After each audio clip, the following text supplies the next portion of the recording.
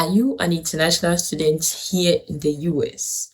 Or you're a prospective student considering the US to study for your grad program, undergraduate? Don't make these 5 mistakes that could cost you time, money, and peace of mind. Stay with me to the end of this video and you will know how to avoid these mistakes to save you from unnecessary stress. Having fallen a victim of some of these mistakes, being someone who is guiding students, new students here about the US system and everything. It's not like I'm sharing because look, I myself have been a victim to some of them, and so I'm sharing this to help you coming or you here if you're a new student and you don't know how to go about.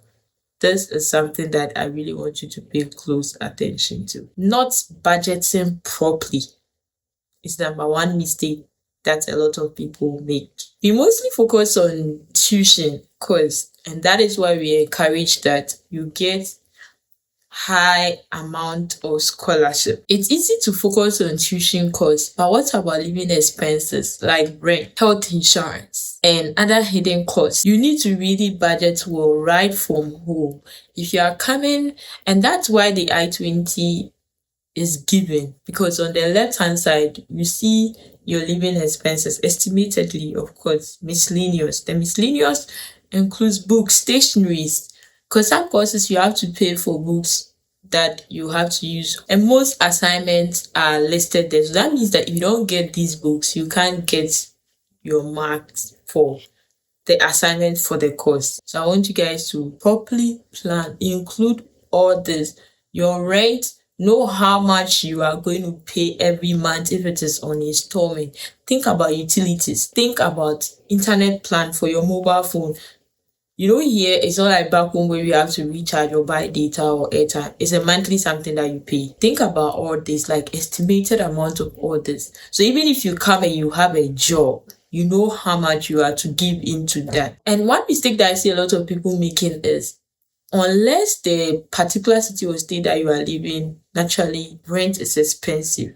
But even if it is so, make sure you go for a rent that is within your stipends. Like, don't go for a rent that is like, it's taking 80 or 90% of your stipends, because health insurance is going to come in. You might not have enough to live on for the month to wait for the next stipend to be paid. The system here, if you don't know anyone here, can be very frustrating, very, very frustrating. So I want you guys to kind of have your budget, estimated amounts, do your research, inquiries, ask about those on campus, the rent, like this, that, before you come. So even when you get a job, you know what you are doing. The second mistake is time management issue. Here in daytime is money. Everything has to do with scheduling, taxing, reporting. Yes, it's going to be, in fact, it's tough because you juggling studies, personal life, working, combining, as compared to back home where, okay, if you are studying, it's a full-time something, you are on campus. But here you are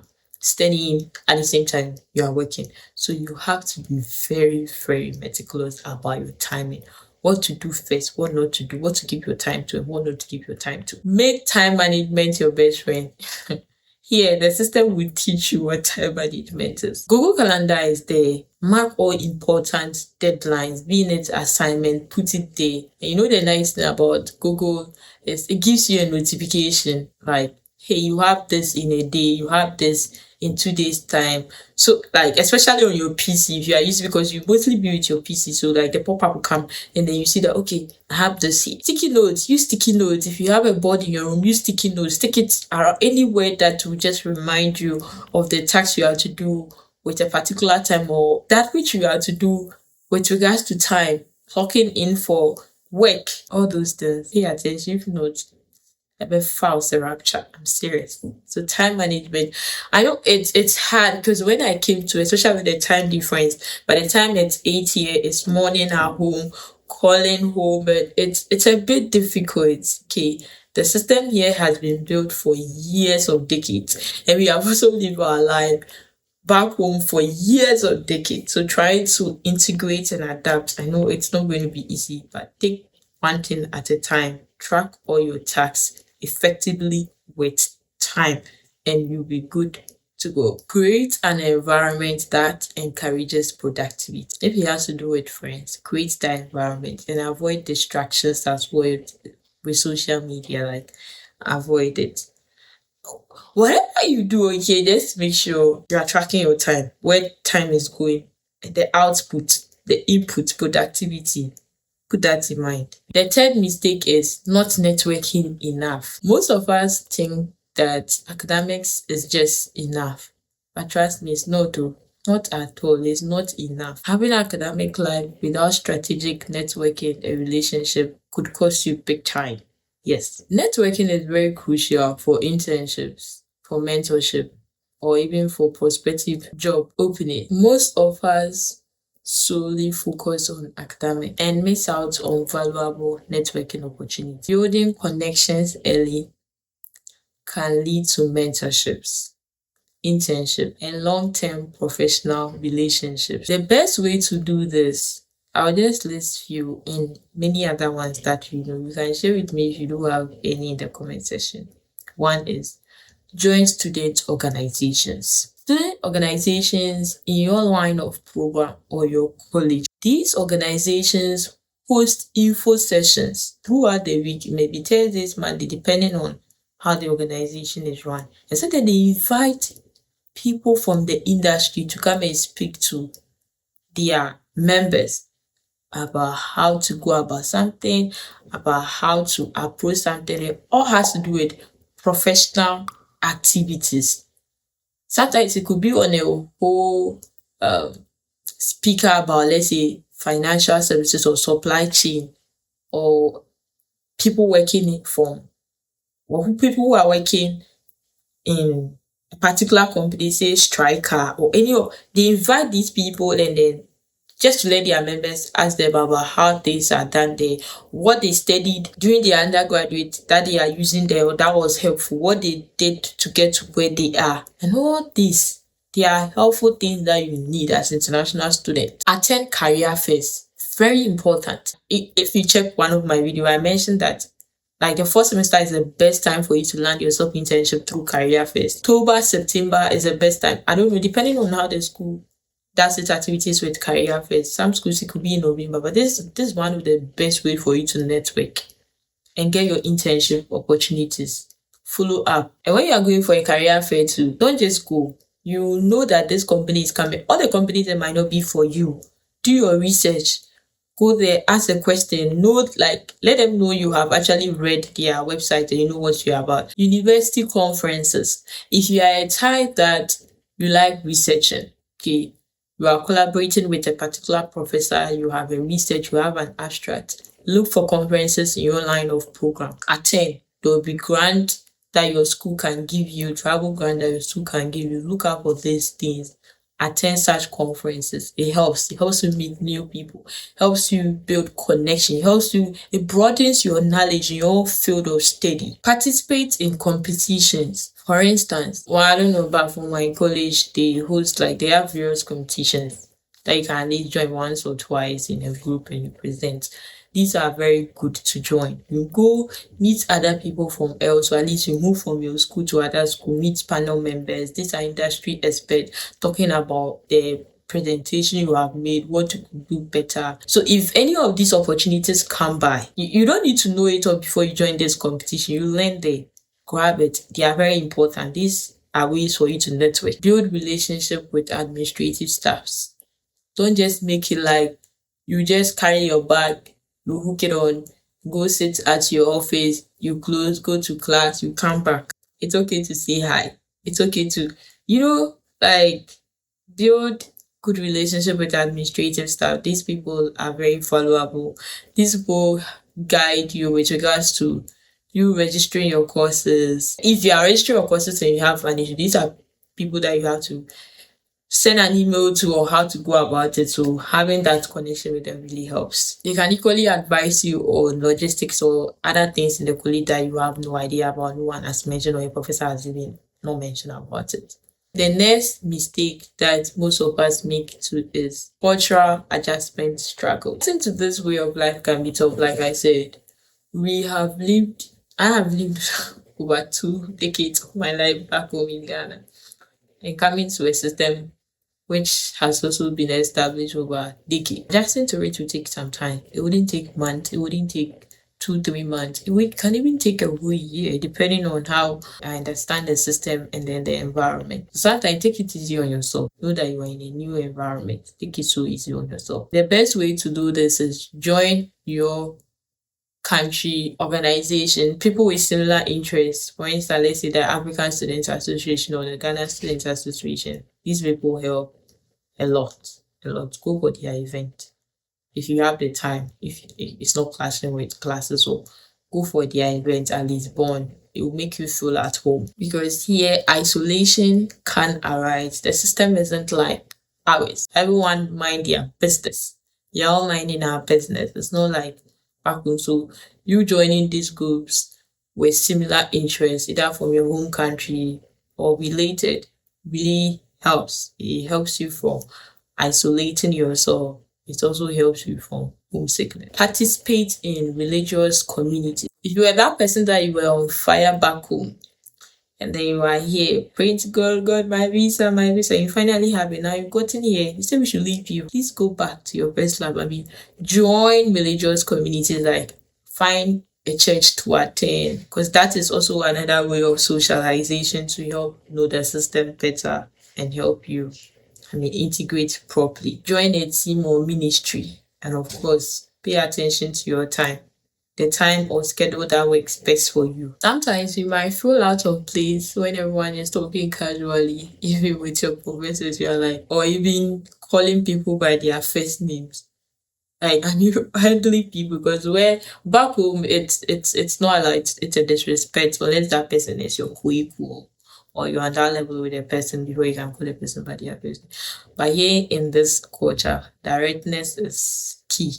You call people. In as much as for me, sometimes it's heavy on my time, so I still go with miss, and yeah, I try. I'm still at that. Calling people by their first name is not a disrespect. In as much as if you are finding, call them professor this, professor that would be awesome. Even sometimes communicating with body language, it could mean something different. So it's always good to observe. Small talks may seem unnecessary. It's common in everyday American life. Whether it's about the weather, sports, these things build connection. Body language, just like back home, maintaining eye contact when someone is talking to you is very important, even for interviews and even in the classroom.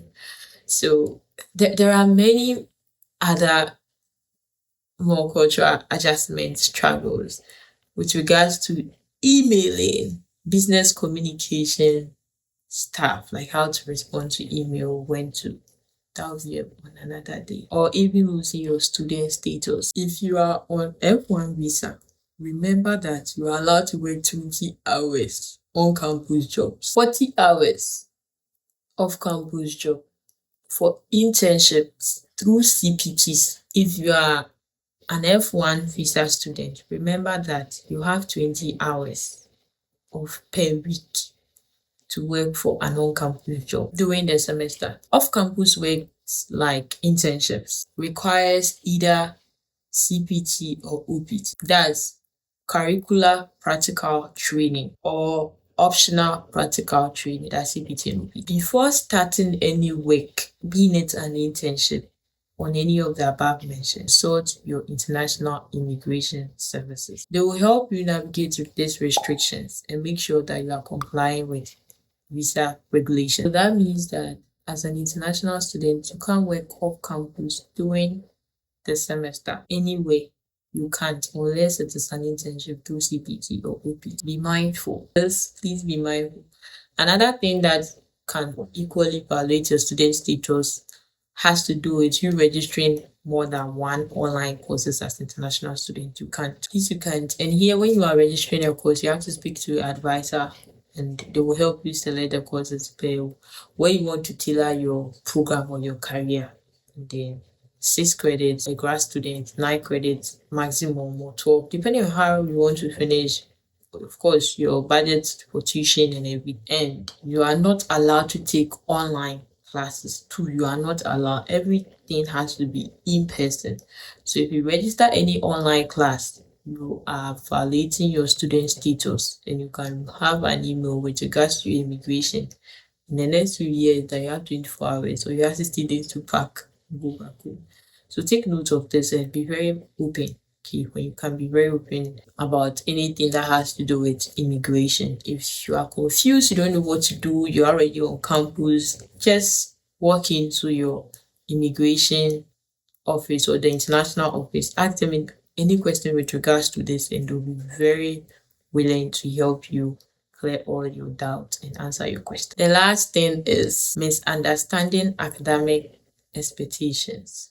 This one, please open your ears. It's very important to me. The US academic system is different from what you and I know. So far as you are an international student, but the very first day of class counts towards your grade. Attendance counts towards your grade. Assignment. End of semester costs 30 towards your final grade. Midterms 30 towards your final grade. So that means that any other thing you do from your assignments count. So it's not like back home where you want to wait last minute and put everything together and read 261 slides and go and write it. And if you get 80 in there, you can equally get an 8. No. Here, right from first day of class, it count. Here, participation, independent work, and group work are heavily emphasized. Some common academic pitfalls can include familiarize yourself with the syllabus, the grading rubric, assignment requirements. And you know the good thing is here,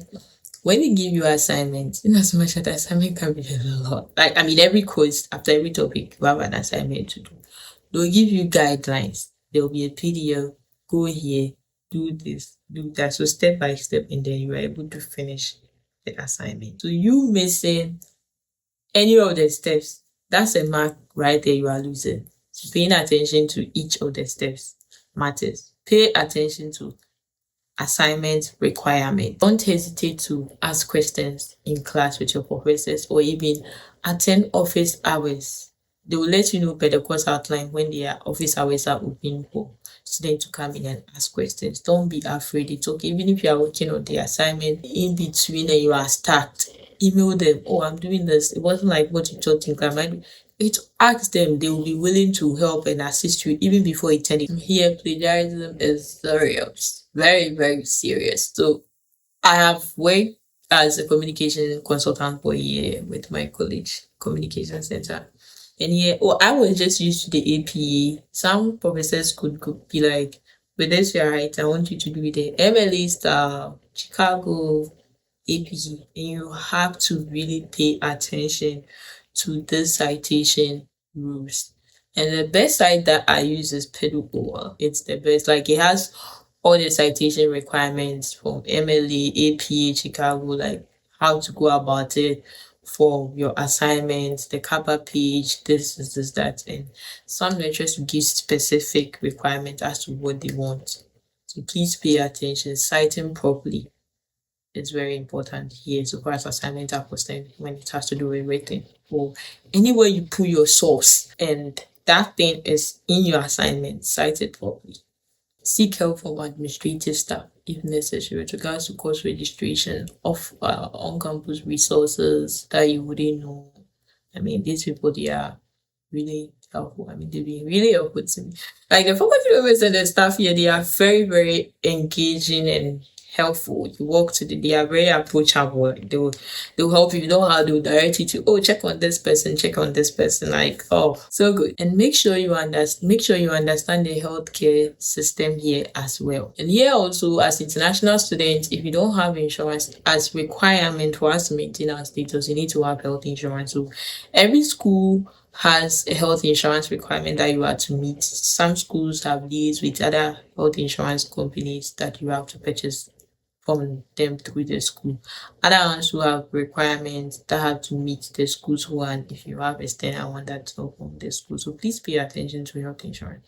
Healthcare here is kind of expensive, truly. It's really expensive, and it's one of the things that will eat into your budget. That's why I said you budget properly. Mental health, very important. I know people during orientation, when you come in and they are doing orientation, mental health office opens at this counseling. Then you see the international students, some of them go like, where I come from, the system, you are in a new place. Okay, you are in a new place. And if you don't pay attention to your mental health, sometimes it can be very frustrating, isolating.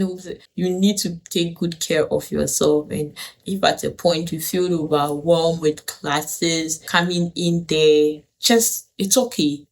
Walk in for a counseling session, for a visiting hour, mental, just go in there, go and seek, or at least just walk in there and see the services they have. It's okay. It's okay to do that. And it's very, very important here. You take a break, just walk into those offices. If at any point you feel you are so overwhelmed, then please go and check. It's fine. There is nothing wrong. It's you visiting that place doesn't mean like, oh, you're on the streets, excuse me to say, oh, you run mad. I mean, it's better you start visiting those places early and know what you want with you than to wait and just one day you're walking in. I mean, that's not going to happen to you. But what I'm saying is just, yeah, take care of your mental health. It's very important because adjusting to this system and workload can be very stressful. Can be very, very stressful. So take advantage of your university's mental health center of resource. It's very important. And that is it all. Academic success is all about understanding expectations early. And don't forget to ask questions and seek for help if needed here in this system. If you want more tips on this, on study abroad, navigating life here, please don't forget to like, subscribe, share this video. And this is Helen signing out. Thank you so much for sticking with me to this end. I will see you soon. Bye. Bye.